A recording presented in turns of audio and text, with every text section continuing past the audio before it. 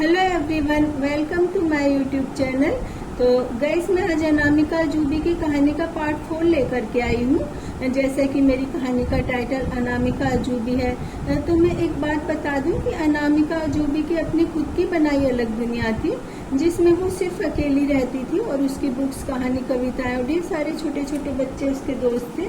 और अनामिका अपने भाइयों के साथ खेलती थी। तो अनामिका अपने भाइयों के साथ मार्बल गेम, पतंग उड़ाना, गुल्ली डंडा खेलना और कई सारे गेम्स खेलती थी। और उसको छोटे कलरफुल स्टोन इकट्ठे करने का बहुत शौक था और अपने पर्स में कलरफुल स्टोन रखती थी। तो उसके भाई जुगनू पकड़ के लाते थे, वो उन्हें भी बोतल में भर करके रख लेती थी और रात में टिम लाइट की तरह उनको देखती थी। और अनामिका को बैलेंसिंग गेम खेलने का भी बहुत ज़्यादा शौक था, क्योंकि वो लाइफ में भी एक बैलेंस बना करके रखती थी। और अनामिका की एक फ्रेंड थी, कलकत्ता से आई थी। तो उसका माना नाम था। ना वे बोल पाती थी ना सुन पाती थी, लेकिन वो अनामिका के अच्छे दोस्त बन गई थी। अनामिका उसकी बात समझ जाती थी और उसको बच्चे बहुत ज़्यादा परेशान करते थे, इसलिए वह सिर्फ अनामिका के साथ रहती थी और उसके साथ ही अपने दुख सुख साझा करती थी। क्योंकि वो बोल नहीं पाती थी, इसलिए वो बहुत सैड रहती थी और बच्चे भी इस वजह से उसको बहुत ज़्यादा परेशान करते थे। लेकिन अनामिका के साथ रह करके वो बहुत खुश रहती थी और उसमें काफ़ी ज़्यादा कॉन्फिडेंस भी आ गया था।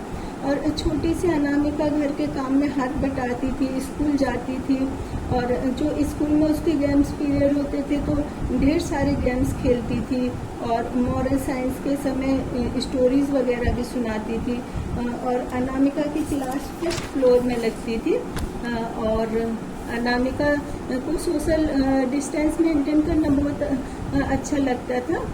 तो वो हर किसी से थोड़ा सा दूरी बना करके ही रखती थी और कोई ज़्यादा इंटरफेयर करे उसको उसके व्यवहार में या उससे दोस्ती करने के लिए, तो उसको ये बिल्कुल भी नहीं पसंद आता था। तो अनामिका अजूबी में बहुत सारी कमियां भी थी। तो आप इस स्टोरीज के सभी पार्ट सुनते रहेंगे तो अनामिका के जीवन के सभी पहलुओं से मैं आपका परिचय कराऊंगी।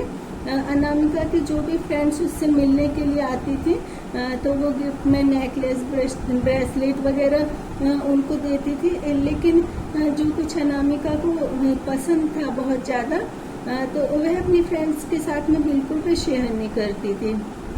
और अनामिका के भाइयों के अलावा काफ़ी सारे और भी भाई थे जो उसको अपनी बहन की तरह मानते थे, क्योंकि उनकी भी कोई बहन नहीं थी। और अनामिका अपने मोहल्ले की लाडली बेटी थी। अनामिका जब 12-13 साल की थी तब से उसके फादर उसके लिए रिश्ते ढूंढने लगे थे, क्योंकि अनामिका जिस समाज से आती थी वहाँ पर 15-16 साल की उम्र में ही लड़कियों की शादी कर दी जाती थी। और अनामिका को सब गुड़िया बोलते थे। तो उसने एक सुंदर सी सीनरी बनाई थी, उसमें एक छोटे छोटे से गुड्डे गुड़िया बनाए थे। तो एक दिन अनामिका की मम्मी ने पूछा ये कौन है, तो अनामिका ने कहा कि मम्मी ये मैं हूँ और ये मेरा गुड्डा है। तो अनामिका को पढ़ना बहुत अच्छा लगता था, लेकिन उसको डर लगता था कि इसकी शादी होगी तो फिर वह नहीं पढ़ सकेगी। हाँ, लेकिन उसके जहन में एक धुंधली सी तस्वीर रहती थी अपने लाइफ पार्टनर को लेकर। एक बार कुछ पल के लिए उसको देखा, फिर कहीं ओझल हो गया। अनामिका उसकी आवाज़ भी नहीं सुन सकी थी। शायद अनामिका को लगता था कि वह उसका ख्वाब हो। अनामिका में राइटिंग से नेचर पहचानने की एक अद्भुत क्षमता थी, लेकिन इसके लिए एक शर्त ये होती थी कि जिसके नेचर को पहचानना होता था उसको नहीं बताया जाता था कि उसकी राइटिंग किस लिए दी जा रही है। और फिर वो राइटिंग देखकर ही जो राइटिंग में वर्ड्स होते थे तो उस इंसान के नेचर को बता देती थी। तो आज मैं अनामिका अजूबी का 4th पार्ट लेकर के आई हूँ और मैं नेक्स्ट टाइम अनामिका अजूबी की स्टोरी का 5th पार्ट लेकर के आऊँगी। तो आप मेरी स्टोरी देखिए, मुझे व्यूज़ दीजिए और सब्सक्राइब कीजिए।